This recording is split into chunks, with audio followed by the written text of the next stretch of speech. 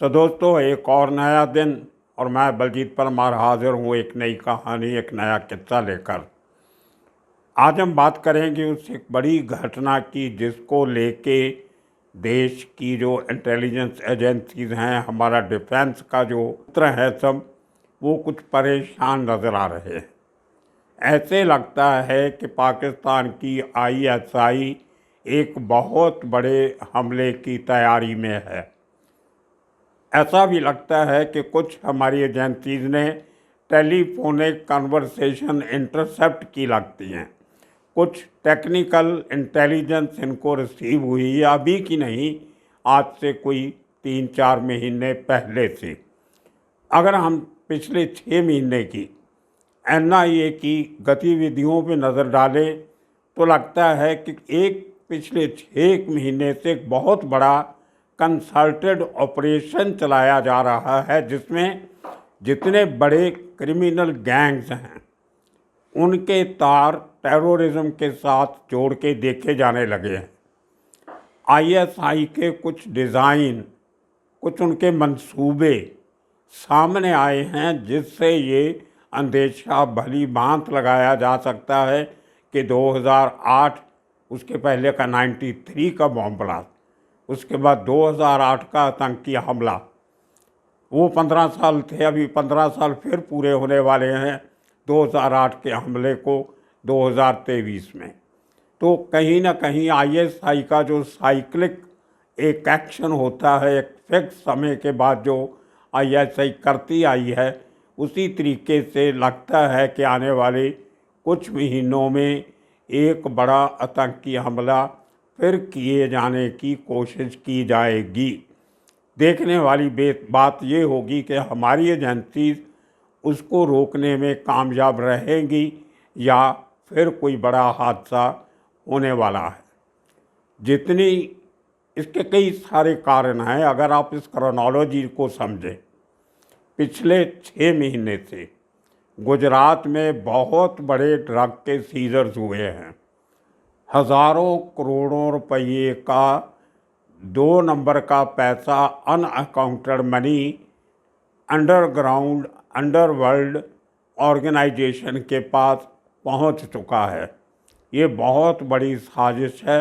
Drug money, पहले जो नकली नोटों की वजह से, गोल्ड की स्मगलिंग की वजह से ड्रग आती थी बहुत कम मात्रा में, उस पैसे से जो हिंदुस्तान में जनरेट किया जाता था, वो पैसा हिंदुस्तान में आईएसआई की तरफ से साजिश करने में इस्तेमाल किया जाता था। अब वो पैसा इतने बड़े लेवल की जो ड्रग स्मगलिंग हुई है पिछले 6 महीने में, मेरे जो हमारी एजेंसीज हैं, एनसीबी और एनफोर्समेंट डायरेक्टोरेट और डायरेक्टोरेट और revenue intelligence, custom intelligence unit, हमारी इंटेलिजेंस ब्यूरो, गुजरात का एटीएफ, एटीएस, इस किस्म की संस्थाओं ने जो स्टडी की है उससे मालूम पड़ता है कि तकरीबन 25 से 30 हज़ार करोड़ रुपया डायरेक्टली ऐसे हाथों में गया है जो कभी भी देश के खिलाफ कुछ भी कर सकते हैं। ये बहुत बड़ा अमाउंट होता है और सबको मालूम है, हम भी अपने बहुत सारे एपिसोड में इस बात की बात कर चुके हैं कि जब कभी भी ड्रग की बड़ी कंसाइनमेंट आती है उसके साथ हथियार भी आते हैं। इसमें कोई दो राय नहीं है कि जब इतनी बड़ी तकरीबन 150 के करीब कंसाइनमेंट्स ड्रग की लैंड की हैं पिछले 6 महीने में, उनमें से 90% जो लैंडिंग्स हुई हैं या स्पॉटिंग्स हुई हैं, जो सीज़र हुए हैं, वो गुजरात के डिफरेंट पोर्ट्स में और सिटी में हुए हैं। समुद्र के किनारे बहुत सारे फ्लोटिंग पैकेट्स पाए गए, 1-1 किलो 2-2 किलो की ड्रग के। कहा यह भी जाता है उन फ्लोटिंग पैकेट्स के साथ हथियारों की खेप भी बहुत बड़े लेवल पे इकट्ठी कर ली गई होगी उन लोगों की तरफ से जो आईएसआई के कहने पे भारत में कोई ना कोई बड़ा हंगामा करने की उड़ीक में है, ताक में है, फिराक में है। तो ये बहुत संवेदनशील मामला है। सरकारें आमतौर पे ऐसी बातें खुल के नहीं करती क्योंकि उसके बहुत सारे मतलब निकाले जाते हैं। देश के अंदर भी कुछ ऐसे हालात हैं जहाँ कम्युनिटीज़ को नीचा दिखाने की कोशिश की जा रही है।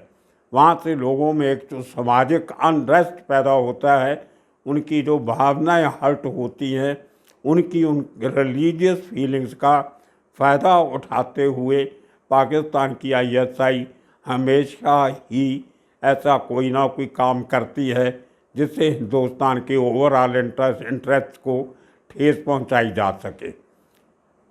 उनका शुरू से एक बात रही है, वो डायरेक्टली आईएस से इन्वॉल्व नहीं होता। वो सस्ते लेवल पे लोगों को ढूंढ के, बली के बकरे ढूंढ के, फिदायीन किस्म के लोग जिनको पैसा दे के, गरीब लोग जो बहुत जल्दी वर्गलाए जा सकते हैं, ऐसे लोगों को पैसे के लालच में, कुछ देशभक्ति के लालच में, और सबसे बड़ा धर्म का पाठ पढ़ा के, उनसे कुर्बानी का उनको सब सिखा के कि आप कुर्बान हो जाओगे कौम के लिए, धर्म के लिए, अपने देश के लिए, तो वो जो यंग ब्लड होता है या नाराज़ लोग होते हैं यंगस्टर किसी भी तरीके से, उनका फ़ायदा उठाया जाता है। और ऐसा कुछ पिछले दिनों में कुछ लोग पकड़े भी गए। आईएस जिसको हम समझते थे कि इराक़ के जाने के बाद और उसके बाद सीरिया में बुरी तरह हार खाने के बाद आईएस कहीं ख़त्म हो गया होगा, लेकिन ऐसी बात नहीं है। उनके स्लीपर सेल वापस आईएस के नाम के नीचे फिर सक्रिय हो रहे हैं। पिछले कुछ महीनों में 5 या 6 लोग आईएस के साथ, या आईएस के साथ जिसको हिंदुस्तान में कहा जाता है, उसके साथ जुड़े हुए पकड़े गए हैं। बात वहीं ख़त्म नहीं होती। अभी थोड़े दिन पहले रशिया से एक आईएस का ऑपरेटिव गिरफ्तार होता है, जिसने ये खुलासा किया कि उसके निशाने पे हिंदुस्तान की हाकम जमात के, हाकम पार्टी के बहुत बड़े नेता उसके निशाने पे थे। एक सुसाइड मिशन लेके वो हिंदुस्तान में ये ऑपरेशन करना चाहता था। वो लोन वुल्फ था, अकेला भेड़िया था जिसको कहते हैं, जो कुछ लोग अकेला काम करने पसंद करते हैं, यहाँ किसी बड़े मॉड्यूल का हिस्सा था।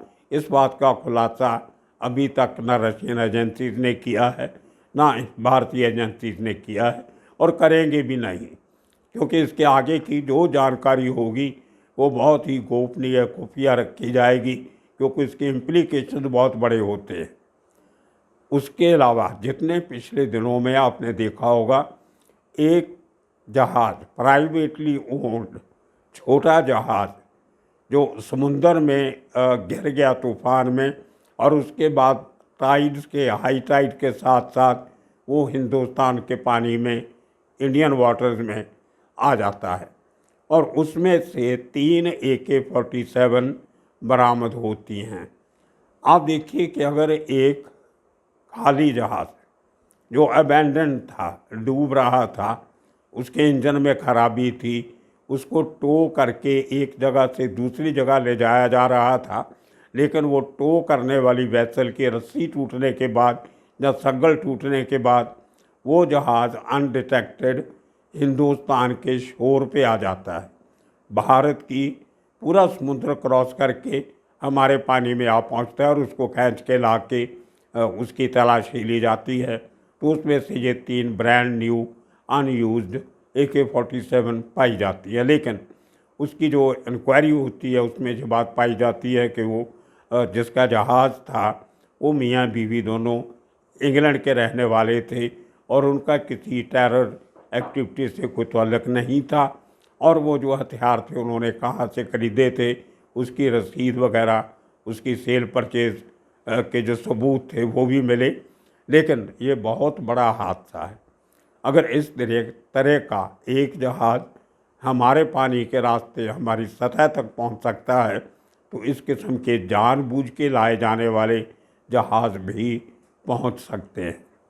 और ये जो महीने होते हैं मानसून के, ये बहुत ख़तरनाक होते हैं।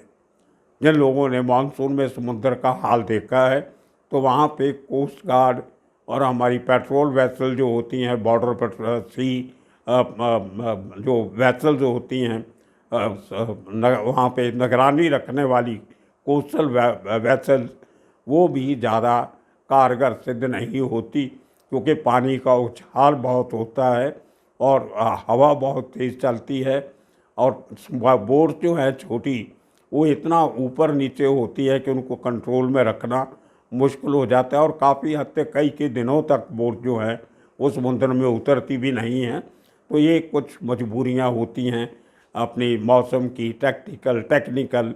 तो उसके लिए जो बाहर के लोग हैं वो अपनी जिसको कहते हैं अभियान की परवाह नहीं होती, वो रिस्क लेके भी ऐसे हालात में ये बोट्स लेके हिंदुस्तान के पानी में आ जाते हैं।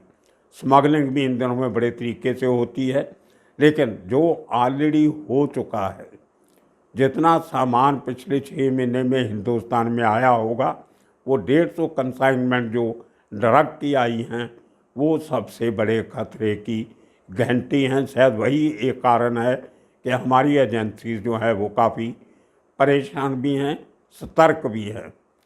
उसी के चलते हुए 6 महीने से एक स्पेशल अभियान हमारी केंद्रीय सरकार ने चलाया था कि जैसे 93 में और 2008 में जिस तरीके से लोगों को इस्तेमाल किया गया, पहले बॉम्ब ब्लास्ट करने में, दूसरी बार हथियारों के साथ 5 स्टार होटल में, रेलवे स्टेशन पे, भीड़ भाड़ की जगह पे जाके अंधाधुंध फायरिंग करके लोगों को मारना, दहशत का माहौल क्रिएट करना और देश की इकॉनमी को, अर्थव्यवस्था को तहस नहस करने की साजिश वो कैसे रची जाती है, कैसे उसको अंजाम दिया जाता है, और उसमें उसी किस्म के लोग इस्तेमाल किए जाते हैं जिनको उस किस्म के काम की नॉलेज होती है।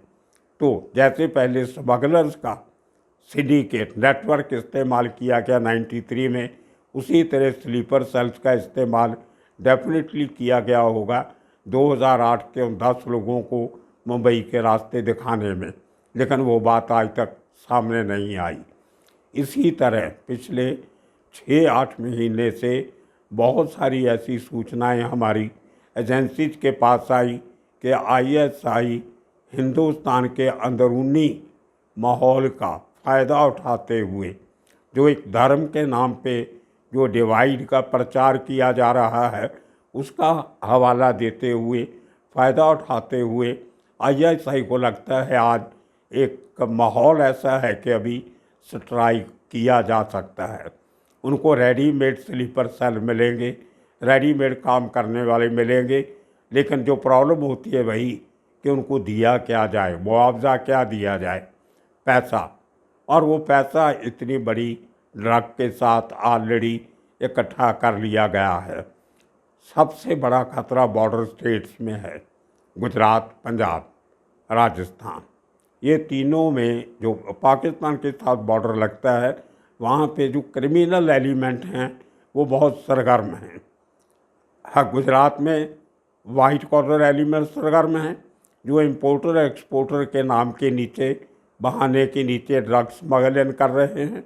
इंपोर्ट के नाम पे स्मगलिंग हो रही है हथियारों की और ड्रग्स की, और उसको बड़े तरीके से राजस्थान और पंजाब पहुंचाया जा रहा है। इसमें पिछले दिनों में बड़े सीजर भी हुए, पंजाब पुलिस की मदद से भी हुए हैं और केंद्रीय एजेंसी पार्टिकुलरली DRI की तरफ से भी हुए हैं। BSF ने कुछ कंसाइनमेंट पकड़ी हैं, पंजाब पुलिस ने पकड़ी हैं, हमारे जो STF है पंजाब का, जो टेररिज्म के ख़िलाफ़ काम करता है, उन लोगों ने भी कुछ अच्छे काम किए हैं। लेकिन NIA का सरगर्म होना, ED के साथ मिलकर काम करना और पुलिस एजेंसी के साथ कोऑपरेशन बढ़ाना, उनके साथ डेली बेसिस पे कोऑर्डिनेट करना, ये एक लेटेस्ट ट्रेंड है। और ये ख़ासतौर तब से ज़्यादा बड़ा है जब से NIA के नए चीफ, द लेटेस्ट इनकम्बेंट, वो पंजाब से गए हुए ऑफिसर हैं। दिनकर गुप्ता, जो पहले पंजाब के DGP रहे हैं, बहुत अहम ओहदों पे पंजाब में रहे हैं। एक लंबा समय इस बॉर्डर स्टेट में उन्होंने ग्राउंड लेवल पे काम करके देखा है। जैसे अंग्रेज़ी में कहते हैं, he is the best person to know the ground reality. Punjab में गैंगस्टर्स का और टेररिज्म का क्या तालमेल है, ये दिनकर गुप्ता अच्छी तरह जानते हैं। और उनका ये भी माना जाता है कि वो दिल्ली की जो सरकार है उसके काफ़ी नज़दीक भी हैं। जब उनको पंजाब का डीजी लगाया गया था सुरेश अरोड़ा के बाद, तब भी ये बात उठी थी कि वो पंजाब के नहीं, दिल्ली के नॉमी नहीं हैं। दिल्ली में केंद्रीय सरकार के होम डिपार्टमेंट के नॉमी। अजीत डोभाल जो हमारे चीफ नेशनल सिक्योरिटी एडवाइज़र हैं, उनके करीबी माने जाते हैं। तो एक वो ऑफिसर जिसको पंजाब का बहुत अच्छा तजर्बा है, क्राइम सीन बहुत नज़दीक से देखा है, बहुत से लोगों को बहुत करीब से जानते हैं, और उनका कोऑर्डिनेशन देश की सबसे बड़े जो हमारे इंटेलिजेंस चीफ हैं अजीत डोभाल, उनके साथ उनकी क्लोज कोऑर्डिनेशन शायद ये एक नतीजा है कि NIA पंजाब में कुछ ज़्यादा ही सरगर्म नज़र आ रही है। आज से कुछ महीने पहले एक बड़ा हादसा होते होते बचा, जब इंटेलिजेंस ऑफिस पे एक रॉकेट अटैक होता है, जिसको सोचा जा रहा था कि वो कुछ खालिस्तानी एलिमेंट्स के साथ जुड़ा हुआ काम हो सकता है, लेकिन NIA के मुताबिक और पंजाब का जो इंटेलिजेंस विंग है उसके मुताबिक ISI ने वो काम लॉरेंस बिश्नोई के गुर्गों से करवाया। तो एक शख्स जो सिद्धू मूसेवाला केस में ऑलरेडी अंडर अरेस्ट चल रहा है, अंडर इंटेरोगेशन चल रहा है, अंडर रिमांड चल रहा है, उस शख्स के तार NIA ने ISI के साथ जोड़ने की एक नई बात कही है, जो थोड़ा हैरानी भी लगती है। लेकिन जैसे हमने मुंबई में पहले देखा, कुछ भी हो सकता है। क्रिमिनल एलिमेंट्स किसी बड़े लालच में, किसी बड़ी फेवर के चक्कर में ऐसे काम कर बैठते हैं, ये कोई अनहोनी बात नहीं है। अगर इंटेलिजेंस एजेंसी और NIA ये कहती है तो उनके पास कुछ सबूत ज़रूर होंगे। उन्होंने हरविंदर सिंह उर्फ रिंदा का नाम लिया है, जो पाकिस्तान में बैठा है। रिंदा बहुत लंबे समय तक महाराष्ट्र में बहुत सक्रिय रूप से ऑपरेट करता रहा है। नांदेड़ साहब जो सिखों का पवित्र स्थान माना जाता है, महाराष्ट्र का डिस्ट्रिक्ट है, बहुत बड़ा गुरुद्वारा है वहाँ पे गुरु गोविंद सिंह जी का। उस इलाके के चारों तरफ हरविंदर सिंह रिंदा ने एक ज़माने में आतंक मचा के रखा था। बहुत सारे केस उसके ऊपर दर्ज है, महाराष्ट्र में, गुजरात में, हरियाणा में, पंजाब में, बहुत लंबी चौड़ी उसकी फहरिस्त है। लेकिन वो आदमी सब एजेंसियों को ठेंगा दिखाते हुए नेपाल के रास्ते पाकिस्तान जाके बैठ गया और वहाँ से स्टेटमेंट्स दे रहा है जैसे गोल्डी बराड़ कनाडा से देता है। और उस शख्स के साथ NIA का कहना है कि लॉरेंस बिश्नोई और उसके गैंग मेंबर्स के रिंदा के साथ क्लोज लिंक्स हैं, और रिंदा है वो ISI के लिए काम कर रहा है, नहीं तो उसको पाकिस्तान में बैठने की इजाज़त नहीं मिलती। तो ये बहुत बड़ा एक खतरे की घंटी बजती नज़र आ रही है। तो जिन सबूतों के आधार पे, जिन इंटेलिजेंस इनपुट्स के आधार पे NIA इतनी सरगर्म हुई है, उसके पीछे कारण यही लगता है कि किसी बड़े हादसे को रोकने की कोशिश हो रही है। आने वाले दिनों में और किस्से कहानियाँ लेके फिर हाजिर होंगे। तब तक के लिए आप सबका शुक्रिया, धन्यवाद।